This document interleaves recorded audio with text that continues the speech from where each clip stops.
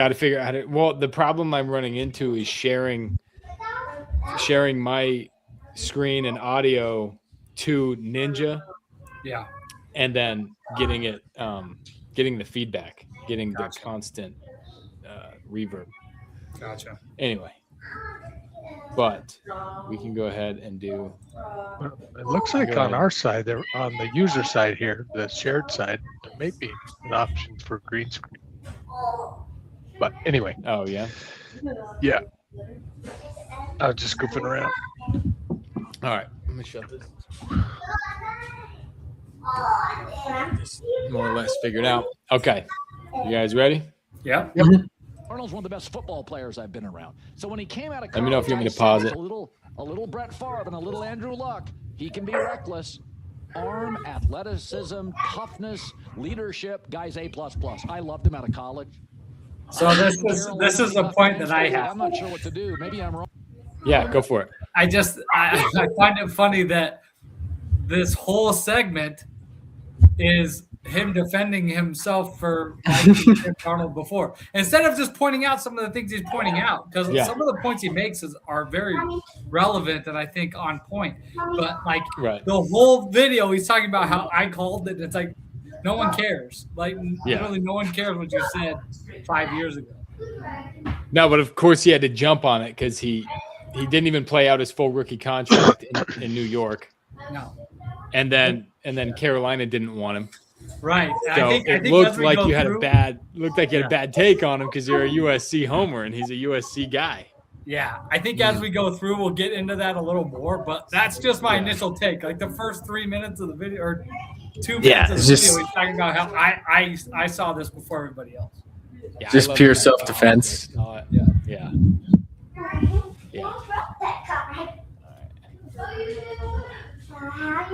I don't think I'm wrong.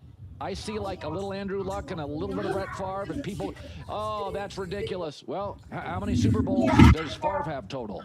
See, this is a hilarious point, right? Yeah. Because how many you jump right into the Super Bowl discussion. So I see. So 8 months ago, this take would have been terrible. So 8 months ago, you admit you would have been wrong. Also, clearly, then that means that Jim McMahon and Phil Simms are better than Dan Marino historically. And Trent Dilfer. Yes, and that's what he missed. He didn't say, I see a little Andrew Luck and I see a little Trent Dilfer. No, because right now you have to be looking at him going, is he Trent Dilfer? Right. That's how you have to look at it. Right. You could even say Peyton Manning, his last Super Bowl, the one he won in Denver. Right. It's like that guy was not a serviceable quarterback in the NFL. He was barely struggling to complete passes when they were. Right. Yeah, majority of his passing yards came off of like screens. Yeah. And yak. Yeah, because that was the year where they played part of the year they played Osweiler because he was so bad. Yeah. And then he played the playoffs. So, like, just Super Bowls, it's the same as the guys who say everything's about stats, and that's who he's talking to. He's clearly pointing at the people who make everything about stats. That's not right either. But to just jump straight to, the guy won a Super Bowl, like John said, 8 months ago, then you're wrong. You're still an idiot for saying what you said before. Right. Until all of a sudden they have lightning in a bottle and they play. Yes. And it's like it's pretty bad postseason, honestly. Last year's NFL postseason. It was. There were a lot of teams in the postseason who were not postseason quality football teams. Yeah. So. Yeah, it was. I'm telling you, I'm seeing, to be totally honest with you, I'm seeing Doug Williams, Trent Dilfer, and Mark Rippon. Yeah. That's what I'm seeing until he comes back and has another huge, performance like last year. That's who I'm seeing.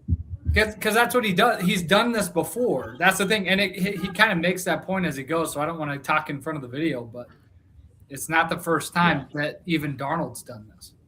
No, I mean, if Cowherd would be willing to say Jim McMahon was a better quarterback than Dan Marino, then I'll let it rest. Yeah, exactly. Just keep that internal consistency. I'll let that rest. Because it's kind of Jim McMahon-ish. It is. Because the Bears were just so much better. Yeah. Yes. As a team. Right. Well, that's all those. I mean, think about wonders. The Seahawks, the Super Bowl MVP was the running back. Right. Exactly. Yeah. So this guy didn't even win Super Bowl MVP. So nobody who watched that game said, wow, Sam Darnold really was the difference here. Right. And hilariously, they beat up on the Patriots, just like the 85 Bears did. Right. Yeah, I mean, and they were going to win. And that's a whole other conversation. I don't want to spin this off the rails, but Vrabel's mind was somewhere else. The team they ended up playing in the Super Bowl was not a Super Bowl caliber football team, in my opinion. No. When the moment Bo Nix broke his ankle, whoever won the NFC Championship game was going to win the Super Bowl. Even before that. Probably even before that. I mean, but no, you're right, because the media was talking about it for the entire play. The media was talking about it for the entire playoffs. Once the Bills lost, it was okay. Well, the NFC Championship game is the Super Bowl then. And that's exactly what it was. And it would have been even had the Bills won. Even if the Bills had been in the Super Bowl, the Bills aren't beating the Rams. The Bills aren't beating the Seahawks. No, the AFC was historically bad this past year. For the teams that made the playoffs were not the best teams in the AFC. And hilariously, the AFC even was the already NFC, bad. Right. But even the NFC, I mean, Chicago was in divisional round. Green Bay. Detroit had a down year. Oh no, San Francisco. San Francisco made the divisional. Oh yeah. So you had think about that. Chicago and the Niners were the other two NFC teams. It was honestly when you look at it, the entire Denver, Buffalo, New England, Houston. Crap. The whole thing was a bunch of crap. A bunch of bad teams. This was the might Rams be the year. worst Super Bowl winner. Yeah, they might be. If you were going to do the NBA thing and you measure like how hard a team's road to the Super Bowl was, like they do with NBA teams, they got to be on the bottom. This is one of the weakest you could ever find. Well, and the best team in the AFC, if you take Denver out, like if Bo Nix is out before Buffalo, Buffalo goes to the Super Bowl. Yeah.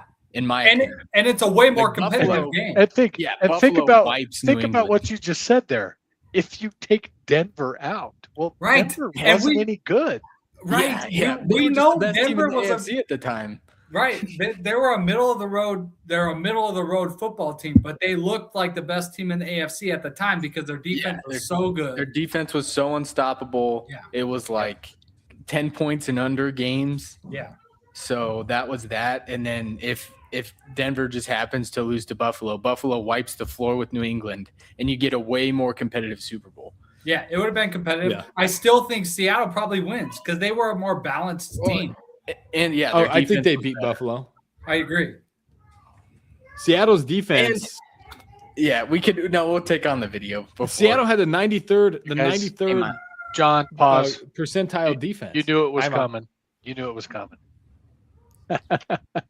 Yes, ma. I think she tried last time, but I was you guys couldn't hear me. I was in the middle of trying to figure it out last time. She jumped in last time too. She knows she got to do it. I mean, Seattle had the 93rd percentile defense, and the way I calculate this stuff is, I look at success rate because that gives some consistency, and I look at touchdowns allowed. Yeah. I don't need the DVOA and the EPA. Success rate just measures positive and negative EPA plays. So if you have an EPA that was greater than 0, positive success play. Less than 0, or negative success play. You're using AI for this, aren't you? Yeah, exactly. But I do that because EPA AI who would win between this team. Yeah, and this who would team. win between? Yeah, like they were doing last week. The EPA. Well, that was EPA Mina. That was Mina. Come on, guys. That's what she was doing. Yeah. EPA heavily factors explosive plays, which I don't really care about. I'm just looking at consistent positive yardage, right? Consistent positive success, per play, and touchdowns scored or touchdowns allowed. Yeah, because like your 55-yard bomb, if you end up kicking a field goal, I don't really want that massive play factoring into how I'm measuring a defense. Right. If they're holding, does it make sense? And I know the argument would be, well, EPA is going to cover for that because if you get stuffed on 3rd and 1 from the 30-yard line, then EPA is going to factor that in. But I'm skeptical about EPA overall. I think it tries to get too granular to measure things that are too unique. I think every play in football is a I'm blanking on the term. It's like if you're measuring a population or a sample. Oh yeah, it's a sample size. Every play is a sample size of 1. Yeah. Every single play is a sample size of 1. I don't care what anybody says, right? It's like every single play is so unique. Who's on the field? How are they feeling during that one play? Where are they at mentally during that one play? It's just everything is so unique. Yeah, there's too many variables to try to boil it all down. Right. So I take out the impact of explosives and I measure touchdowns. So based on those, Seattle had the second best defense last year. Denver that makes sense. That makes sense. Like that makes sense from like the gut feel of watching the eye test. Yeah, that's what I was gonna say. It's like that matches the eye test better as well. In the eye test. Yeah. Like when you watch the game, Houston didn't have the best defense if you're looking at the eye test. No, they have the best pass rush. Mm-hmm. Right? They have the best pass rush. Ton of turnovers. And so that pass rush forced a lot of turnovers, but they didn't have the best overall defense. Well, they allowed touchdowns in the red zone. Yeah. They allowed touchdowns in the red zone. Right. At a higher rate than Denver and Seattle did. Yeah. What's the EPA definition on a pass play and a run play? How do they categorize that? Expected points. So it's expected points added. So they're trying to measure if you get, as the result of any given play, how many points can you expect to score? And it's the same calculation. It's the same calculation no matter what type of play it is. Yeah. It measures the result. Yes. Now, but if you have a gain of 50 yards versus a gain of 2 yards, then they're going to say that 50-yard gain, you can expect reasonably to score more points over a given amount of time than on a 2-yard gain. Gotcha. That's flawed just in its existence, to be honest with you. Totally. And part of the evidence is you can't take a team's net expected points added, right? A net EPA for a team's offense and defense doesn't match the result of the football game. Right. So you would expect, now you wouldn't really expect any estimate to be perfect, but in a controlled single football game example, you would expect it to be somewhat close. Well, what's it, right? The where one team's net EPA is 3.5 points and they lost by 3. Yeah. I don't see that. There's no accurate, but there's no situational awareness to that algorithm. No. So only field position. This is the other issue. Field position does. Yeah. But I don't think it factors in time on the clock. Exactly. Road or home. Are you ahead? Are you behind? Yeah, what quarter is it? What week it is? What I mean, the quarter factors in. Oh, it does. And I think they do factor in road and home. But what week is it? Who's the opponent? Weather. It just seems weather, exactly. Outdoor, indoor, weather. Or at the time. Travel. Yeah. And these are all major factors that I think throw off your sample size. It's just like your sample accuracy. It's just like it's the same thing with every type of analytic that they put in, right? It's accurate to a point. It's only accurate to a point.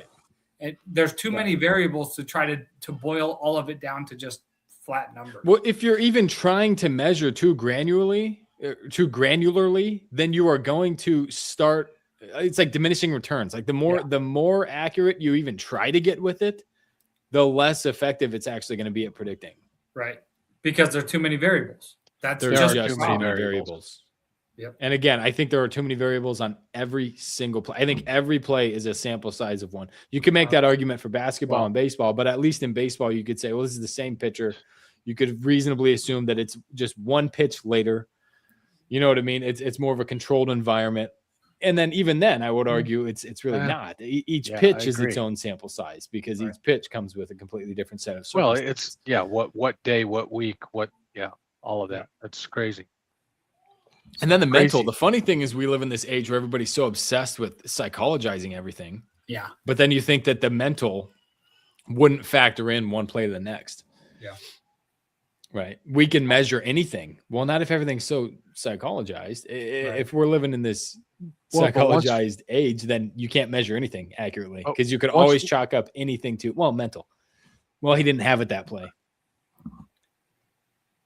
Which is why we need robots. Just watch robots do it.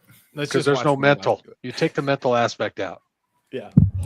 All that to say, his argument that because Sam Darnold won the Super Bowl, he's better than these other quarterbacks is ridiculous. Is retarded. Yeah, I'm sorry. We are literally like 30 seconds into this. I know. We've already It's good. It's literally like 3 minutes long. I see Frodo. He's right there. There's Frodo. He does look Frodo. He just woke up. He's a little mad. He looks a little Frody. He's got the white hair though. Yeah, he does. Sierra he thinks he looks agree. more like Luke Skywalker-esque without the gayness. Yeah, without being gay. Yeah, I wouldn't even go there, to be honest with you. I would steer my wife away from the Lukey Skywalker thing. Yeah. Just go with Sam. Make it Sam or something like that. I don't know though. Sam ate all the lembas bread, so I'm not sure. All right, you guys ready? Yeah. Touch my finger. One. How many does Andrew Luck have? None. Sorry, this is football. It's not baseball. It's we just don't the care about your weakest batting argument. average. It is so weak. The bottom line is executives don't know what to do. And I'll give you an example. I say this all the time. Sorry, one last thing on the Super Bowls thing. Colin Cowherd is at the point with basketball to where he's writing off 6 championships because he thinks LeBron James should be considered as good as Michael Jordan. Right. Then why is MJ number 1 if championships matter? Because 6 is not 11. Right. No, if it's all the championships, Celtics are the best ever. Every one of those Celtics Bill guys, Russell's the Bill greatest Russell of and all Bob time. Cousy are the best players ever. No one will ever catch them. Done. Yeah. And hilariously, they are both disgustingly underrated historically. Yeah, totally. Oh, absolutely. Bill Russell So and is Bob that whole- Cousy are historically That underrated. whole era. Those whole 3 decades are. The only guy that gets any lip service is Wilt. Yeah. And he should get way more than he gets anyway. Yeah, and he does, and even he is undervalued. Right. Sorry, just that. Sorry. Go ahead. Just Go the Super Bowl thing is just I know. the weakest argument. It is. It's It's terrible. not just what happens when you enter a company. What happens to the one you leave? Huh? The Minnesota Vikings. Well, now when he's gonna Sam nitpick Darnold one left, place he same left. coach, same coordinator, same left. Yeah, tackle, and he's same going to receivers. nitpick Minnesota, which was an Won absolute 5 fewer dumpster games. fire from the quarterback position. Inept quarterback play. Yeah. With Sam, they had their greatest year in 26 years. I mean, that included like Randy Moss years, right? Wrong. He leaves Greatest Minnesota. year. They're bottom. Wasn't bottom Minnesota field for their sniffing a division. They don't playoff feel run? Like they're nearly as good now as Minnesota, Detroit, when Green Bay, or back when Chicago. Denver was Here we winning go. their first He Super goes Bowl, to Minnesota Seattle. was the They best hadn't team won in a playoff football. game in 6 years. Yeah, with Kirk Cousins.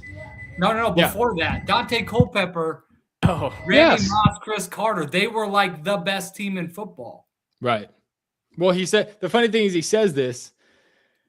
Minnesota last year with Sam Darnold did not win the Super Bowl. I don't know if Colin remembers that.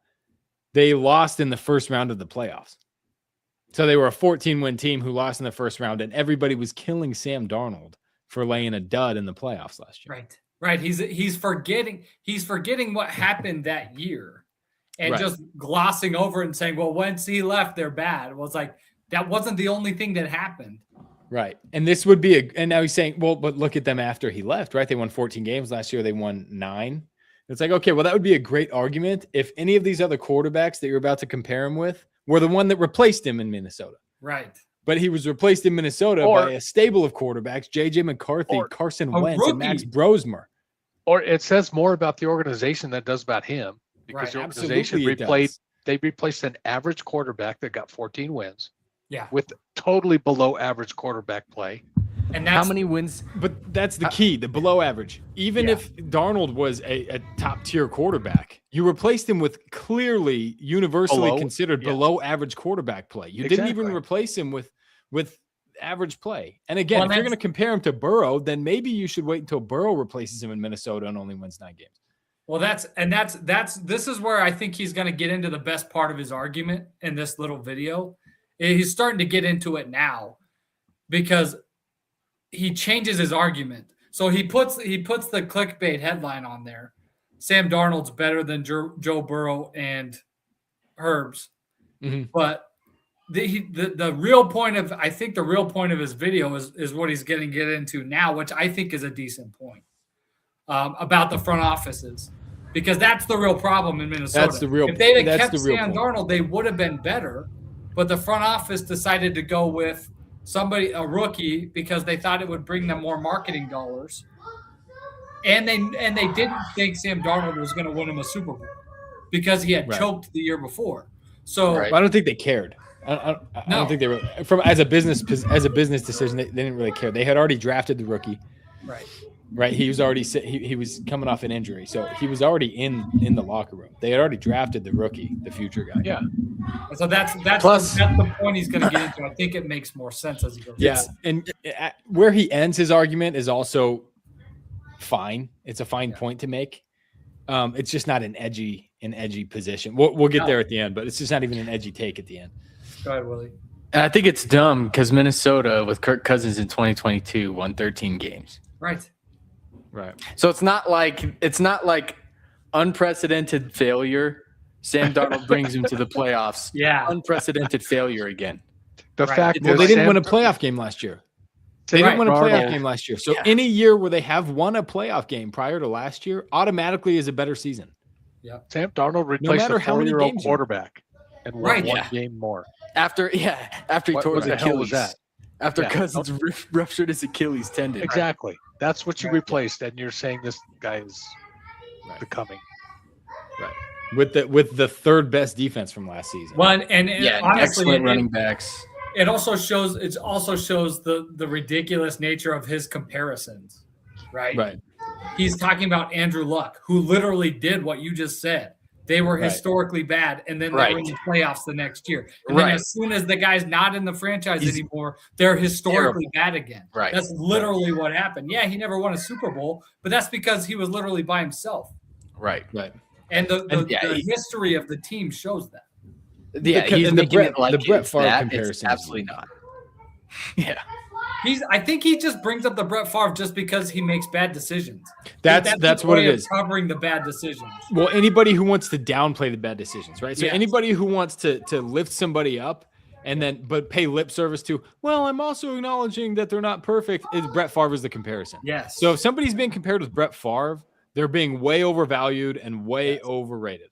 Right. They do it with Mahomes Brett Favre constantly. is being laughably undervalued. Right. Brett Favre is being laughably undervalued because everybody just remembers Brett Favre for his bad decisions. No, he did make bad decisions, but he was like generational arm talent and all over the field and a perennial, Pro Bowler. And every year his team had the chance to win the Super Bowl. And that's not the same. To even bring his name into the conversation is ridiculous. Right. Exactly, and he was a football player. Brett Favre was a freaking football player. He was huge. He was big. He was breaking tackles. He was doing all that too. He was so good. He was so good that you would take the bad decisions. Yes, right. Absolutely. Happily. Yes. Not even like, oh man, is he almost making this hard for us? No, he's not ever almost making it hard for you. Yeah, he threw that nasty pick, but you know what? He's freaking Brett Favre. And he completed seven other passes that day that were the same situation or similar, where he got it through the window. And he snuck out of 3 sacks on the way to chucking the ball 65 yards downfield. Yeah, and his couple bad decisions, he's still capable of putting 21 more points on the board the rest of the game. He covered up those bad decisions with his talent. Right. And every bad decision, he was making full go. He was making at 100%. He's letting that thing effing rip. There's no indecision. There's no indecisiveness. Because that's the other thing. You can miss a bunch of reads and throw the ball away. It didn't take a sack, didn't throw a pick. Wow, efficiency stats. That looks fantastic. Beautiful. Yep. Yeah, we'll clap for that all day because that doesn't kill your efficiency. Right. Because everybody generally takes away throwaways. That's why we have adjusted completion percentage. Right. That's why they've created stats to take out throwaways, which actually takes out bad decisions. Right. Frequently. How many young guys especially, how many Mahomes type guys are putting themselves in position to where they have to throw the ball away? Right. Because they've missed reads early in the down. Yeah, exactly. So Brett Favre, he's throwing picks. Sure, he's taking sacks. Sure, but he's giving you a chance on every single play. Every play you got a chance. Yep. And Favre played in a transitional era in the league. Yeah. At the same time, he was at the back end of Marino, Elway, and those guys. Yeah. The league is transitioned. Quarterback play is transitioned. Elway threw so many freaking interceptions, and people still say that he's one of the top 3 quarterbacks of all time. If you made that same comparison with Elway, you'd say he's a number 50. Yeah, because he threw so many picks. That's so just that transition. Give us a shot. Throw the ball downfield. Well, and just prior to that quarterback era was where if you took a sack, it was a great call. Good decision. Take the sack. Just take the sack. Because you didn't have all these rules about dumping the ball out of bounds and throwing it in the dirt. And if you threw something, it was incomplete. You took the sack. You didn't risk anything. It was totally different. You can't make those comparisons. Yep, right. Totally. And Brett Favre he's a top 10 quarterback, period. So, again, completely. No doubt. Without a doubt. Without a doubt. Colin Cowherd would probably disagree, but I'm sure he would. About to well, he'd have of his top 10 all time, 7 of them would be modern quarterbacks. Yeah, exactly. Completion percentage. And bias. And you're picking apart his skin views, internally critiquing his own views. Like you're using his points against him. So like there's nothing to argue if you're debating this topic. Well, ultimately you'll see, like Tony pointed out already, by the end of this video, you'll see he's not actually saying anything. No, he's not. He doesn't actually make the claim that Darnold is a better quarterback than Herbs or Burrow. He doesn't actually make that statement. He already made his statement about that. His statement about that is he won a Super Bowl. That's literally the statement. He won a Super Bowl, but he didn't say that makes him better. He just said, oh, look, you know who didn't win Super Bowls? This guy won one. I'm just going to say that. I didn't say anything. And then he also said, I liked him out of college. That's really all we've let him say. That's all we've made the playoffs in back-to-back years. They win the Super Bowl and simultaneously let go of their star receiver, DK Metcalf. Did not matter. JSN became a 1 with Sam Darnold. Right? Like, so I'm watching Minnesota. Before he gets there, meh. Gets there, wow. Leaves 13 wins. Meh. The before he gets there, meh. 13 wins is just completely inaccurate. It's completely inaccurate. And then again, let's see. Did he win the Super Bowl with Minnesota, Colin? No. Or did he lose in the first round of the playoffs with a top 5 roster? Right. So you see how he's he's conflating the success in Seattle with the year he had in Minnesota. They are 2 different seasons with 2 different results. And because last year was the meh. Last year in Minnesota was the meh result. They won 14 effing games and lost in the first round of the playoffs. Right. That's meh. Exactly. And that's usually what gets hung on the quarterback's head. And you lose in the first 6 months. You have a great year in the regular season and you lose in the first round of the playoffs. That always gets hung over the quarterback's neck. Always. Right. That's just the name of the game. But he's ignoring that altogether. He didn't even bring it up in the whole video. No, he didn't. No, he never once pointed out that Minnesota lost in the first round of the playoffs last year. Not once. Not once. He'll bring up their regular season win record, but not how that season ended up. And they won 13 games 2 years prior. Well, they won 13 games and the with Super Bowl. Kirk Cousins. With Kirk Cousins. Who went to Super Bowl. Who's not even a quarterback anymore. He's backing up in Atlanta. No, he's Vegas now. Oh, you're right. He backed up in Atlanta last year, and now he's in He did. Yes. And he'll start for a few weeks. I don't know if he'll start the whole season. It'll be just like Atlanta. He'll start. Well, the difference is the rookie quarterback in Las Vegas might actually be able to play, whereas the guy in Atlanta was never any good. No. Yeah, we knew that. But he's left-handed. Oh, black. Yeah, he's black. Don't get me going. He even wears the do-rag. Yeah. Because we're sleeping in between drives. I'm watching Seattle. He's Thomas Lott. Super Bowl. Yeah. What's the thread line? What do we have in common here? So people love Joe Burrow. What do we have in common? They both had excellent defenses and could run the ball. Yes, that's what's in common. They both had really good defenses and could run the ball. They won 14 games because they did those things effectively. Right. But again, what is the comparison? I mean, what do they have in common? One of these teams won the Super Bowl. One of these teams lost in the first round of the playoffs, but they had the same quarterback. Right. So something else accounted for the Super Bowl win then. Right. Exactly. Clearly, because they had the same quarterback. And we already talked about why. It was a mediocre playoff year, and they could run the ball and play really good. They were already a playoff team, a Super Bowl contending team in Seattle before he got there. Right. And he was good enough to get them there. And With their Geno special Smith. teams was fantastic all year last year. I don't know if you remember. There were multiple games that were won halfway through the first quarter because Seattle's special teams was scoring touchdowns and getting turnovers. Well, multiple games. Willie made an excellent point. They were a playoff team with Geno, with big game Geno. Yes. So that's what you're talking about here. Yeah. Like compare those teams. Why is Geno Smith's name didn't come up once in this video either? Yeah, they were also in their second year of a new head coach last year. They were also in the second year of a new head coach last year, and their offensive coordinator just got hired to be the head coach of Vegas. Right. So if you're trying to compare Seattle last year with Seattle from any year before, you can't do that. It was a different team. It was different coaching. Yeah, second year, but still, second year is a big jump for a coaching staff. And I mean, the key is Smith, bro. The key is they can play defense and run the ball. And if you can play defense and run the ball in the league right now, you're already a favorite because nobody else can do that effectively. You're a contender. That's the every year thing. That's the thing. Every year, right? Same stuff. If you can do that, then you can be a Super Bowl contender. You may not win because there might be a high-powered offense that can beat you or something like that. But if you can run the ball and play defense, you are a contender for the Super Bowl because no one else can do it effectively anymore. It's incredibly difficult to do both of them very effectively. I mean, that's what has kept Baltimore. Hilariously, he's got Lamar Jackson on the screen right now, but that is what has kept Baltimore competitive. Yeah, for a decade. Right. Is we play great defense and we run the ball well. And the reason they weren't effectively last year is because they couldn't run the ball or they couldn't play defense. They couldn't play defense this past year, and they just fell off the radar. Yeah. Yeah, and then they fired their head coach who was holding it all together. And you're right. Keeping the whole organization together. Yeah. Baltimore 39th percentile last year defensively. Right. 39th percentile since 2022. That is and why embarrassing for Baltimore, frankly.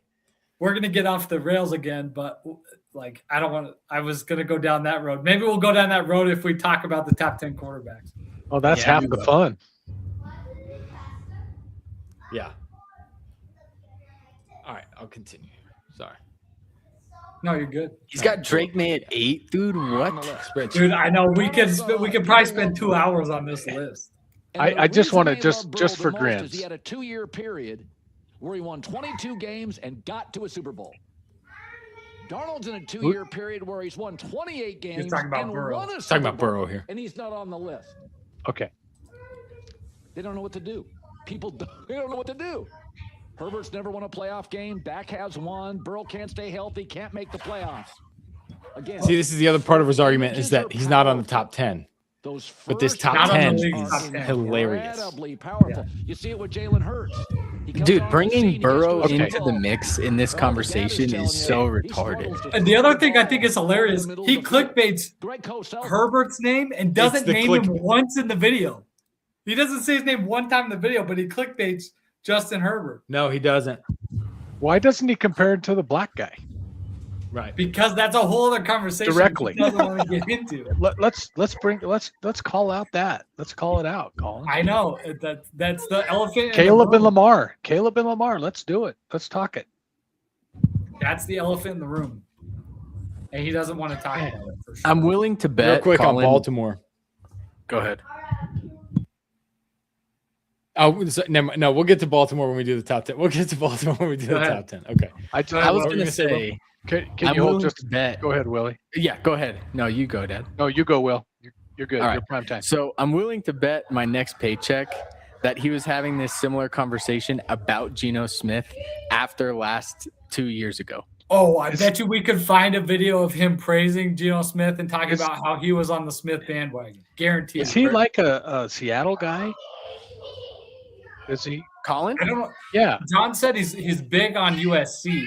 Yeah, he's big. So he's a California guy. Yeah. He loves the dudes from his hometowns. He loves California quarterbacks. Oh, that's why he loves Darnold. Yes, that's the reason. Then he was all over Matt Leinart. Ha ha ha. And Right. Carson Palmer, ha ha ha. Yeah, I guarantee you could find clips of him just glazing these dudes from back then. Yeah. Oh, yeah. Well, I just want really he's quick. from the Pacific Northwest, but go ahead, Dad. Okay, so that's why I like Seattle. I just want to throw a couple names at you guys. I just had to look at it. Okay, listen to these names. They won a Super Bowl. Trent Dilfer, Jeff Hostetler, Brad Johnson, Mark Rippon, Jim McMahon, Nick Foles, Joe Flacco, Jim Plunkett. Nick Foles is Nick Foles might be the best on that list. I love that one. It's just awesome. He's Brad Johnson. Yeah, and that's the list he should be talking about. Absolutely. Because that's way more the type of quarterback he is. And I don't want to take anything away from him. That's the thing. I feel like if somebody was to watch or any of these guys, yeah. Anybody would watch this video and think we're just crapping all over Sam Darnold. The reality is, I think Sam Darnold is above average in the league. He probably is a top 10 quarterback in the league. When people were dumping on Darnold and when he left New York and left Carolina, I thought he was pretty good, actually. Yeah, right. Me too. He's an average NFL quarterback. Yes, that's the best. Right now. He's an average NFL quarterback.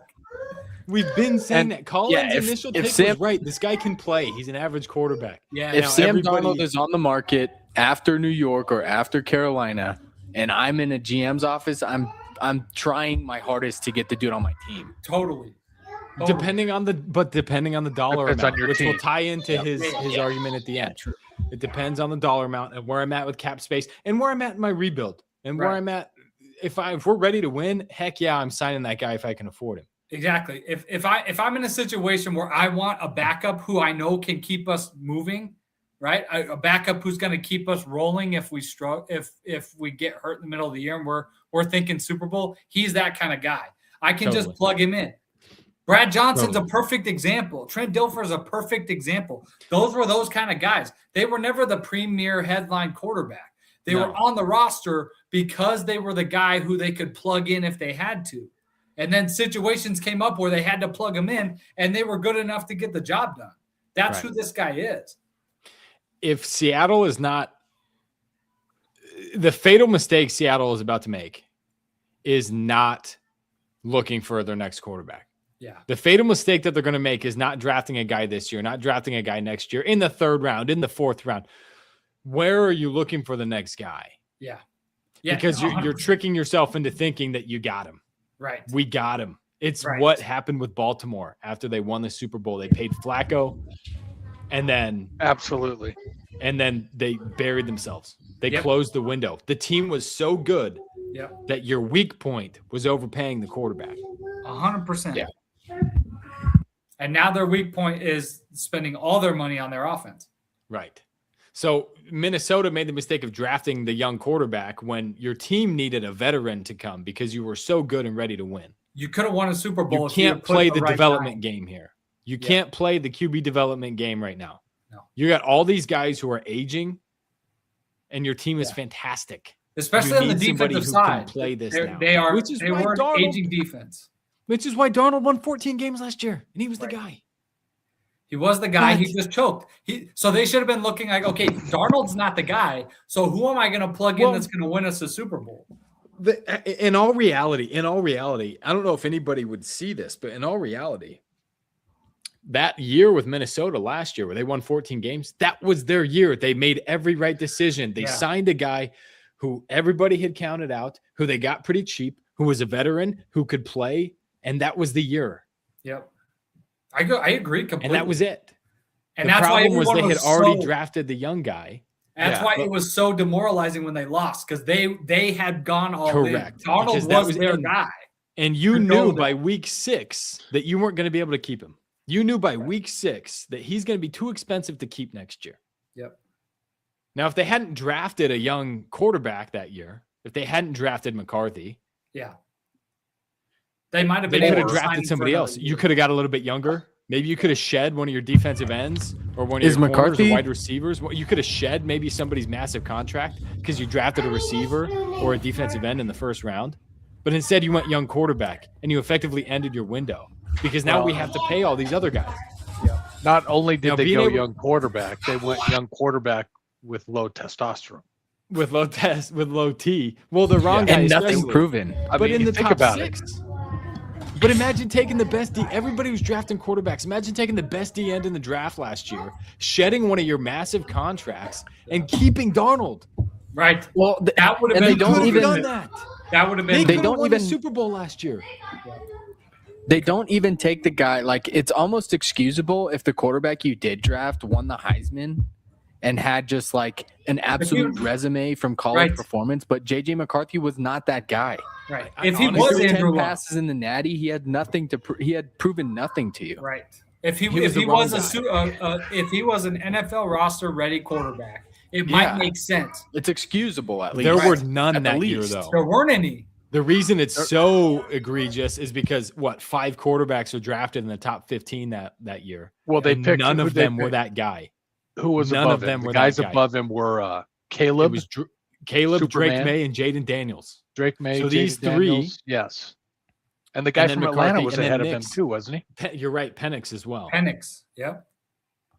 Yeah. Yeah. So he was the 6th.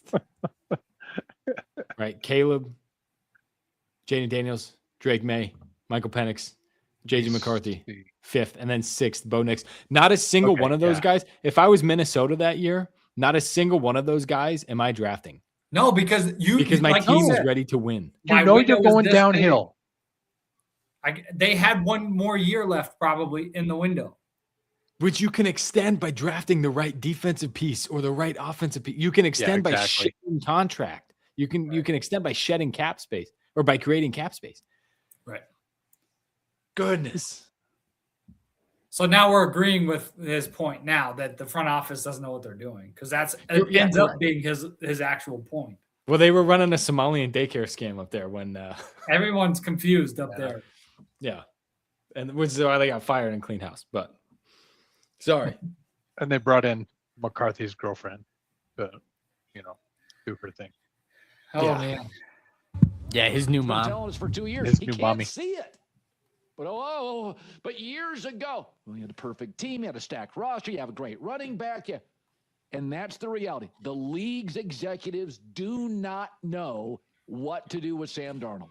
4 teams, 4 years, 32-9. That's more impressive. Right? Let's the old Bill Parcells, whatever team he went to, he won. Whatever the environment won. Whatever, you could put Bill Parcells anywhere. Rebuilding jobs, he won. Didn't have to win Super Bowls, he won. I love this so much. Where is he? Where is So the same player is not the right decision for every team at any time. No. And the other thing that I want to I keep thinking when people start to talk about the front offices don't know what they're doing. It's like, no, they know exactly what they're doing. They're not making a football decision. They're making a business decision. Michael Penix Jr. is a business decision. Right. Lamar Jackson is a business decision. Those decisions what do those cities have in common? Those decisions are not about JJ McCarthy, even you could argue, because it's just because they wanted to have the big draft pick and have the marketing capability that they're making business decisions, not football decisions. So it's not that they don't know what they're doing. It's not that I don't know what to do with Sam Darnold. It's Sam Darnold doesn't make me enough money, even if he might win me a couple more games. And if you're Minnesota, you're thinking Sam Darnold is not going to win me a Super Bowl. So he might win me a few more games, but he's not going to win me a Super Bowl. So I'm going to make this business decision to make this choice on this quarterback. That's why. So the idea, it's a little naive to be out here saying they don't know what they're doing. The reality is that they do. They know exactly what they're doing.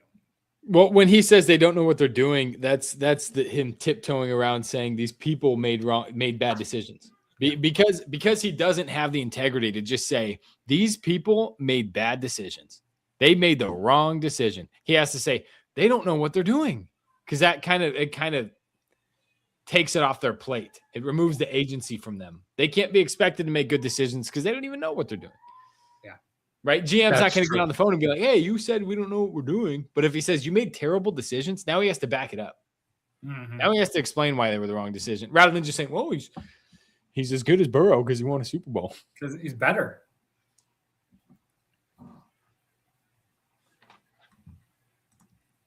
Oh, sorry.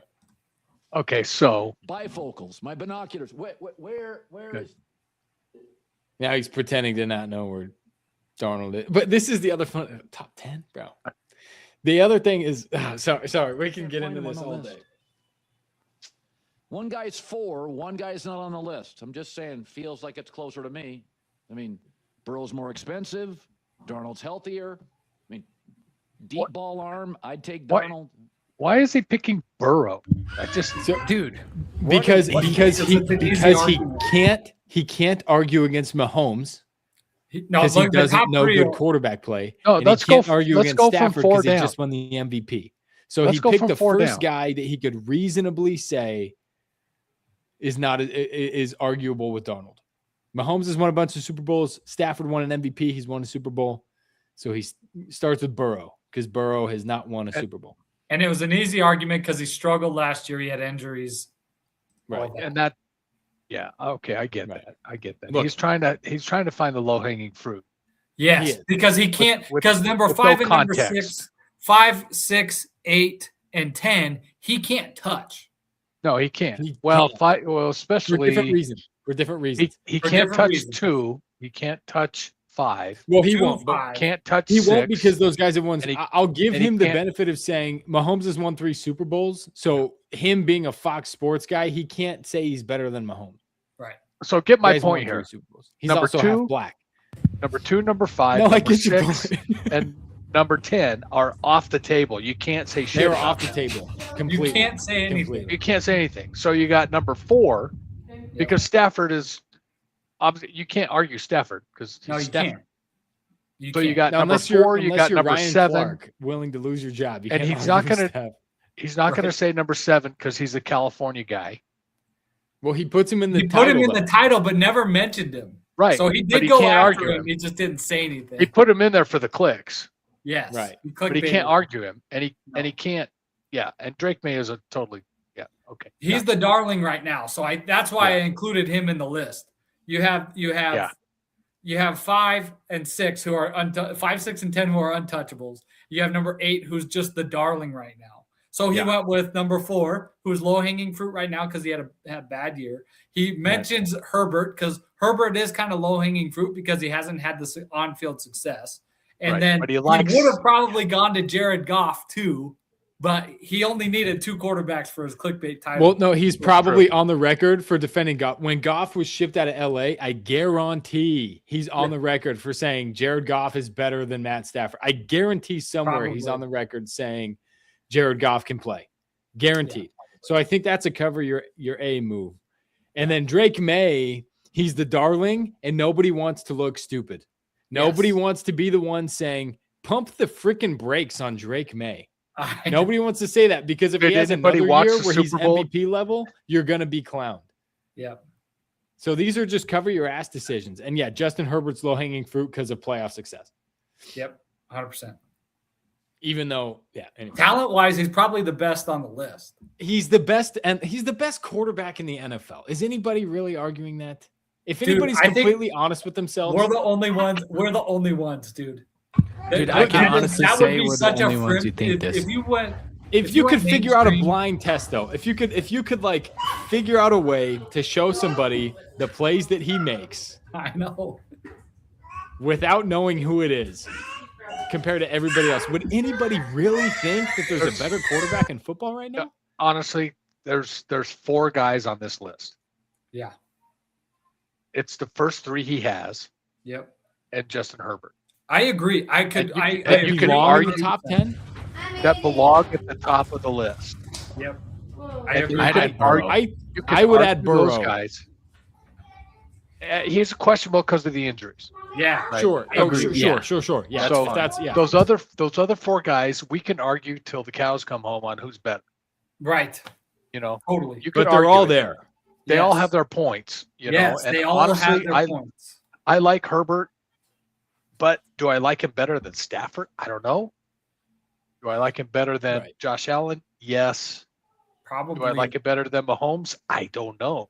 So, you know, it's kind of like depends on the 4 guys. The rest of these guys here, considering that Burrow is damaged goods, You could put anybody in the NFL on the rest of this top 10. Yeah. And we could argue it. Yeah. And that would be personally, an interesting video to do. We should do our own top 10s and then we should do our own top 10. I think if we did our own top 10, we would all have Dak Prescott higher than we think we would. I guarantee it. Because I've done it. Because he might fall in there at number 6.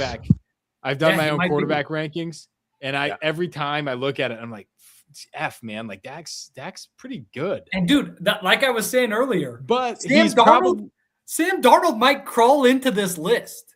If we go and do our own, he's an average NFL quarterback, which means in today's NFL, he is close to the top 10. That's just a fact. Right. If you can be a serviceable NFL quarterback, you're really good right now. We were talking about in the top 10 or 12.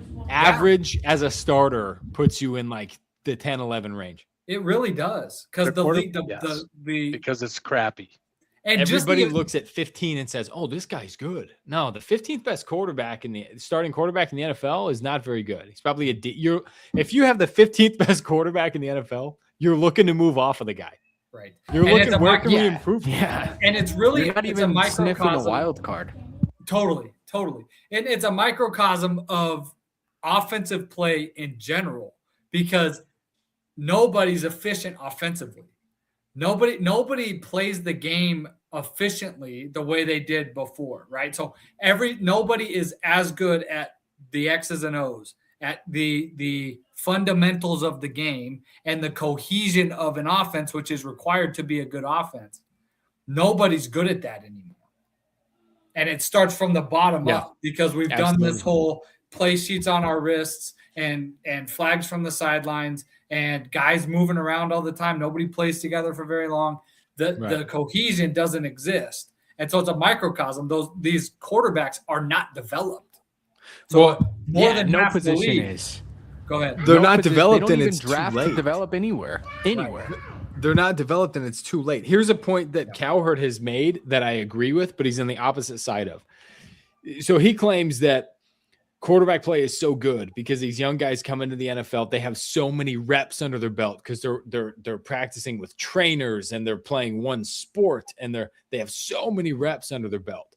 And I'm looking at this from the other side, saying these guys have inbuilt so many bad habits, so much bad mechanics, so much bad decision making, because I'm just more athletic than everybody. And they've done that so frequently for so long, because they started working with the trainer when they were 9 years old, and the trainer was just like, you're faster than everybody, so just be faster than everybody. And they only played one sport and all this stuff. That's why NFL quarterback play is bad. And that's why nobody can play as efficiently or as effectively as they should be able to. And that's why your best quarterback, or your average quarterback, is the 9th best quarterback in the NFL, because guys are somewhat finished products by the time they're 22 years old entering the NFL. Because how do you get a guy to start there's another factor here. Here. Totally.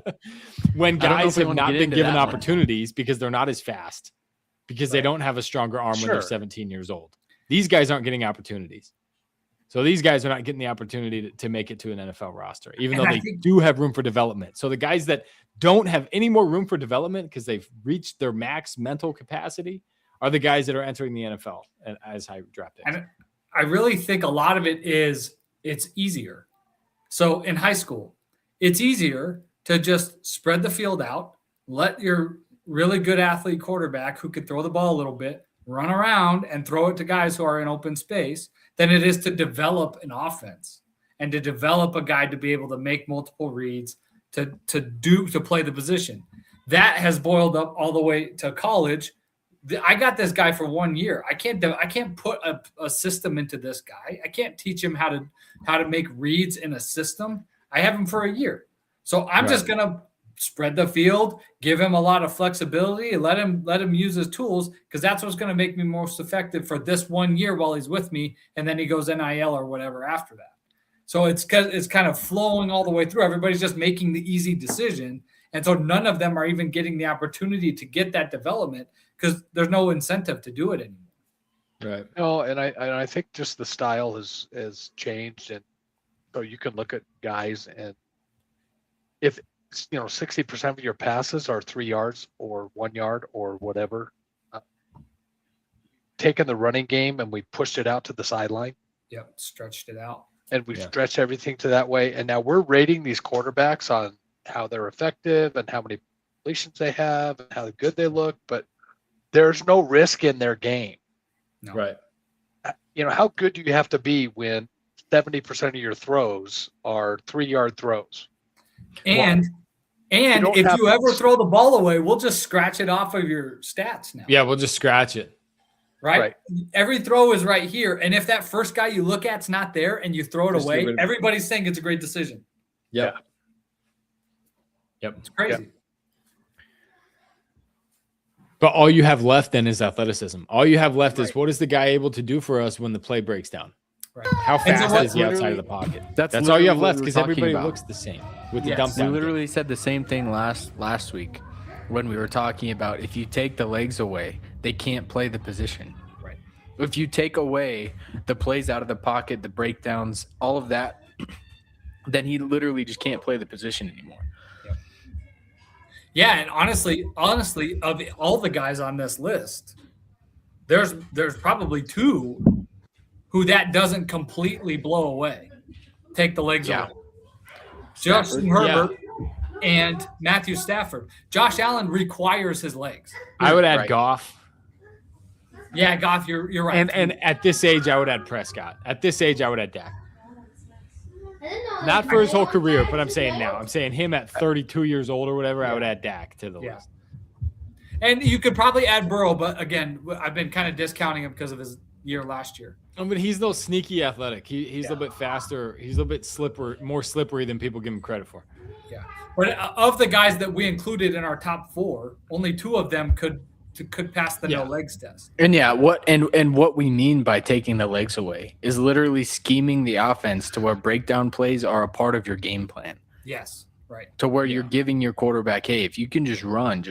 Or if you can get out of the pocket and scramble a little bit to give us time, that's perfect. Like taking that scheme out of it and actually being forced to play within the pocket and within the scheme, there's like 3 guys who can do it. Yeah. Well, when you're not coaching, when you're not stopping a guy from leaving a clean pocket early. Yeah. When you're just not even addressing that. When a guy's leaving a clean pocket early and you're just not even addressing that. Right. Or I'm just not even going to bring it up.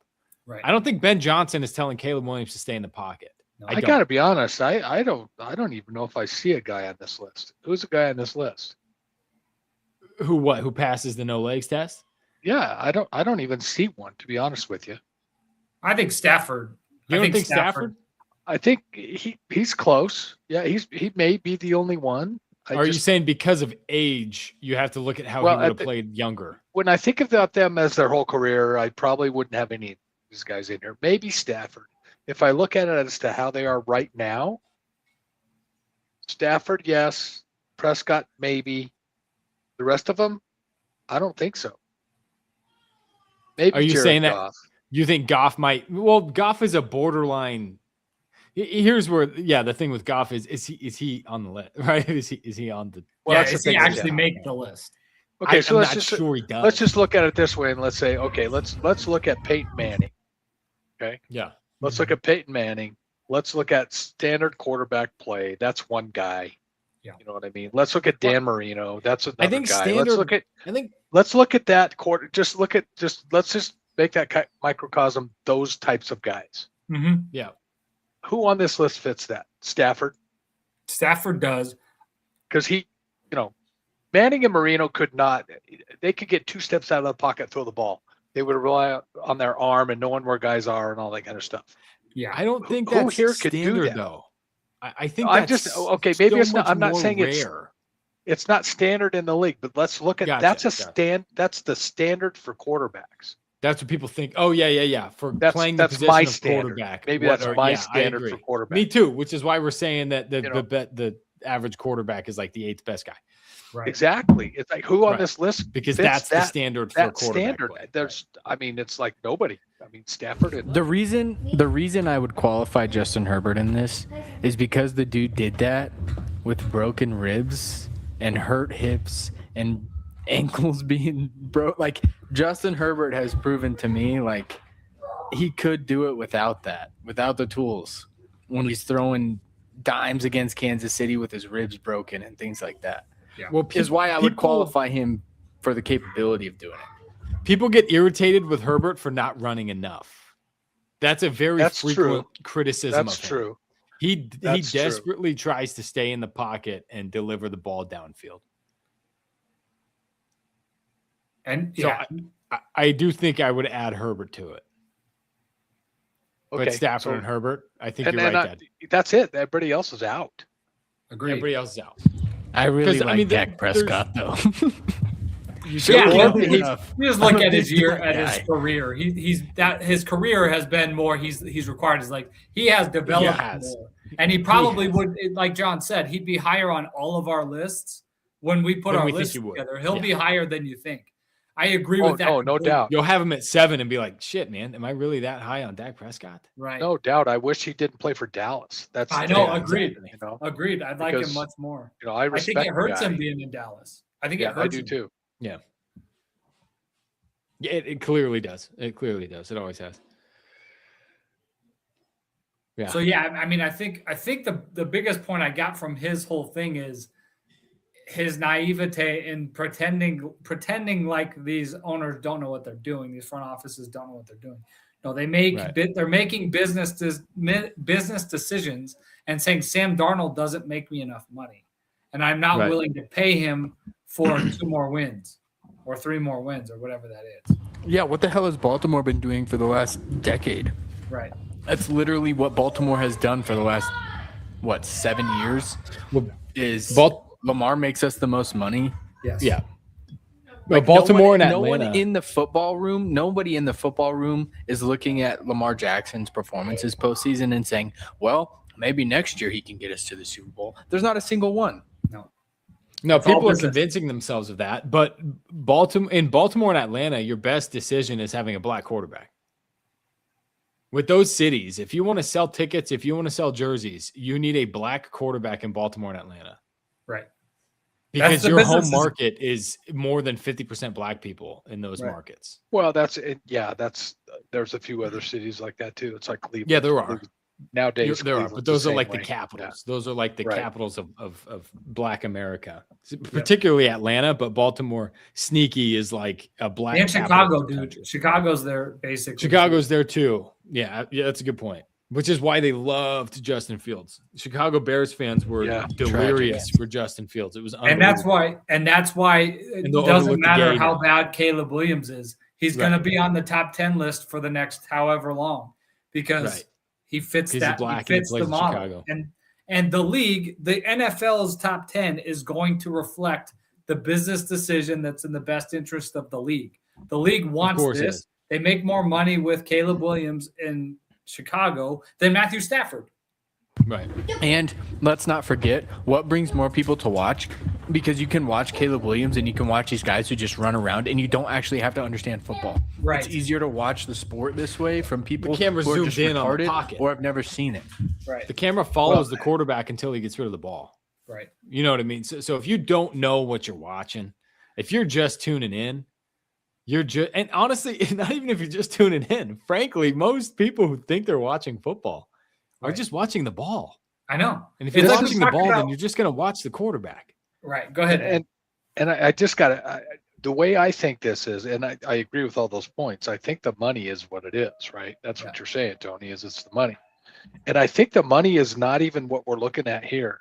The money isn't how the people play on the field. Mm-mm. The money isn't who's buying tickets. The money isn't who's watching the game, because you know who's buying tickets? A bunch of guys that look like us. Yes. And you know who's watching it on TV? It's a bunch of guys that look like us. But what it is, it's who's buying the jerseys, who's buying the hats, who's, making it a big, the merchandise, overemphasizing everything. All of the merchandise. Who are the rappers, which is the cultural shift to everything. Yeah. Who are they supporting? It's not the fan. Honestly, it's not the fan. That's because those point. people are not fans. It's the Dion in Colorado thing. Yeah. The fans are paying for Netflix and everything else to watch the games. They're not doing that. The people they're marketing to are not doing that. They're buying the jerseys. They're talking. They're singing songs about it. They're doing all of that, right? Yeah. So, and you look at the stands in the NFL game, they look just like the NBA. It's because it's too expensive. Else. It's upper middle class America who goes to these games. Right. Well, they're the only people who can afford to. But in reality, they're probably the only people who would be interested in it. Right. In going to the game, right? These lower class people wouldn't have any interest, even if they could afford to. It's pretty rare, you know what I mean, that you would find some of these lower class people, like Dad's describing, that would even care to go to a football game if they could afford to. Well, it depends on who's doing the halftime show.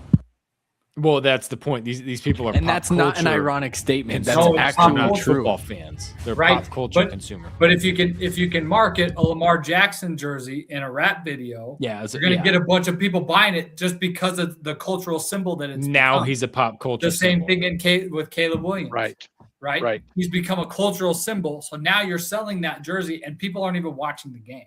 That guy's got that jersey on. He doesn't watch the Bears, or he might watch a little bit, but he's not a football fan. We're the people who are watching the game, you're talking to people here who would rather watch the end zone film and be able to replay during the game and watch it back so we could see what they did with the tackle on that play. What's happening. And, we don't want the zoom in, watch this one guy. We want it backed up so we can see what's the strategy, what's going on. So I can look at your coverage. Yeah. So, that's the football fan. The football fan wants to see the play and see what's going on. They want to see. None of these decisions are for that person. Yeah, the other folks tune can't in. even They'll watch us for 10 minutes. They'll look for a long touchdown pass and think it's great. Right. Or it'll be on the whole highlights. time. But they'll be on their phone or whatever.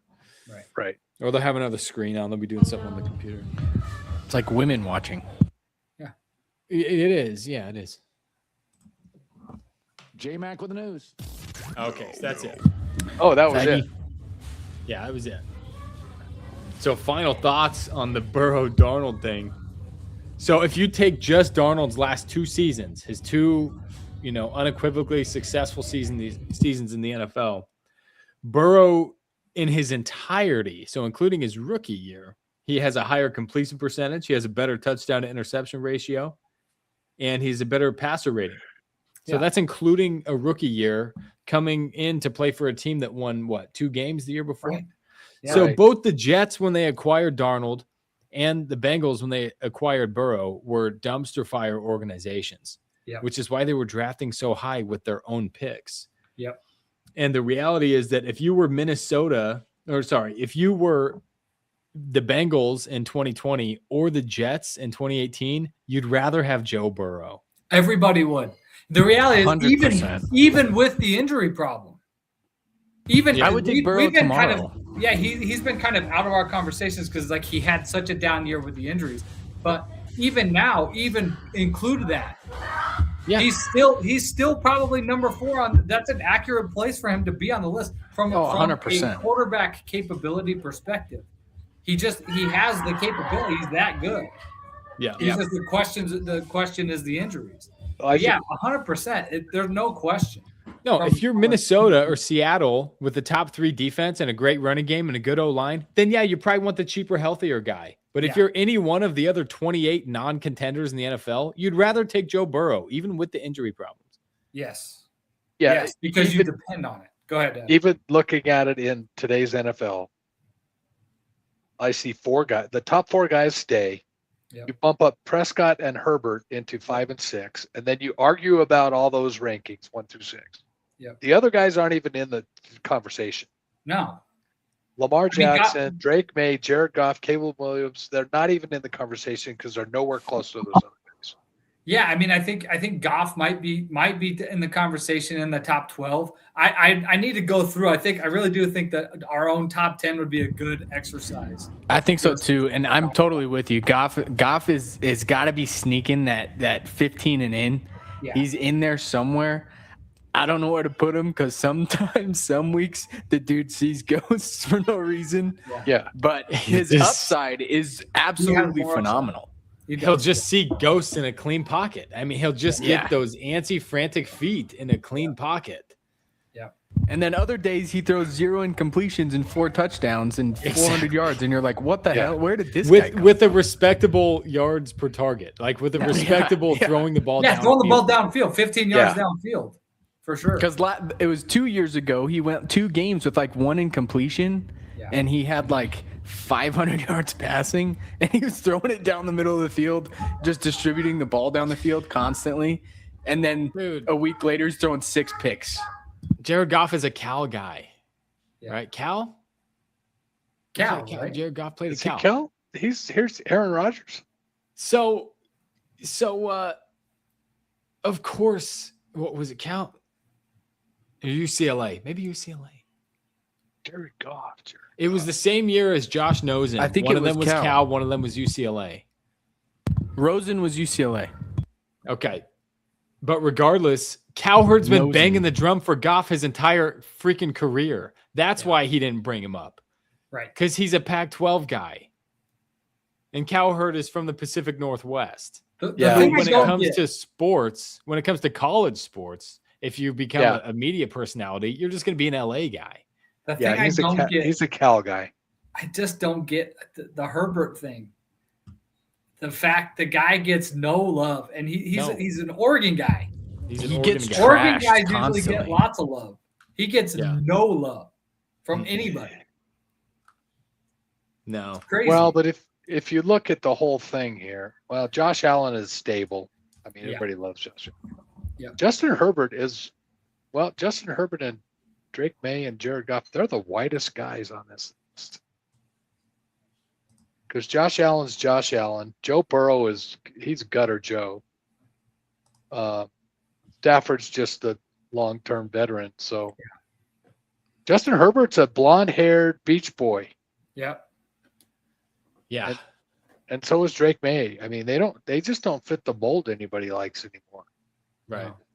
No, the only reason May is it's because it's New England. And so New England, for some reason, reasons that we all know why, but they always get to be a darling. It doesn't matter what decision they make, they get to be a darling. Right. And they we get all to be know the why. darling. But so that's the only reason May because of the reporters. Jared Goff gets love in this conversation, but he owner's a Jew. Cowherd, but he wouldn't otherwise. Right. It's this. Yes. Yeah, it's because their owner's Jewish. Yeah. It's because Robert Kraft donates a ton of money to stop anti-Semitism campaigns. He is a Jew for Jews. His whole escort thing. Oh yeah. The Orchids of Asia thing disappeared. Yeah, completely disappeared. Yes, it's so on the nose, it's ridiculous. It's honestly, it's so on the nose, it's ridiculous. He's got all the telltale signs. It is quite literally on the nose. Quite literally. It's on the nose, which is honestly why next year, if we have this same discussion, which we will, Bo Nix will be in this list. He will. Because the Broncos are that they have become that ownership group as well. Yes. Right. I'm here Drake for it. May's gonna be higher though. Can't beat him, join him. Drake May climb. Yes. He throws a pretty deep ball. He is very accurate on his deep throws. Yeah. He throws a nice deep ball, so that gets people's eyeballs. Yeah. The reality is that on a down-to-down consistency and making the correct decision and feeling the pressure properly, he's just a young he's just another young quarterback. There's not enough history to label. Rather than some of these young guys who make those plays outside the pocket and they're really fast, he just connects on some 45-yard bombs that make 100%. People go, geez, this guy can play. Yeah. But that's what's keeping him afloat. That's what's giving him that high floor is he just connects downfield very well. Right. He has and out of the young guys, he's the closest to the pocket guy. Yes. You know what I mean? Definitely. Yeah, even including Bo Nix, especially. Even Nix or Justin Herbert or any of those guys. Nix has the bail out of clean pockets problem. Right. He of anybody, he might be the worst of the young quarterbacks at the bail out of clean pockets. He does it constantly. I think he's unbelievably overrated, even if you put him at number 14, to be honest with you. You could say that. Yeah, that makes sense. I mean, I don't know if he's actually in my top 15. It would be interesting to do a. Yeah, I'd like to 20 I'd like to do that conversation. Yeah, we need to do this. We need to come with our top 10 or 15s or I'll something. probably put together 15 or even maybe I'll go through the whole list. Yeah. And then we can talk through the top 10 and go from there. Hilariously, Goff sneaks into my top 10 at number 10. So I was talking to Sierra about this a few days ago where it was like he's got some absolute immaculate talent, and then some days it's like I would almost put up with 6 or 7 picks every now and then just to get the upside.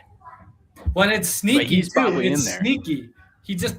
The guy doesn't look like he's got any tools. No, not at all. It's super sneaky. He just slinging it. Yeah, and he just slings it. So Willie's making a great point though. I would take more interceptions and bad decisions if he would just not get that antsy in the pocket when there's no pressure. It's the Brett Favre point. It's the Brett Favre point. Make the mistake with your balls to the make wall. the mistake, but be a presence in the pocket, man.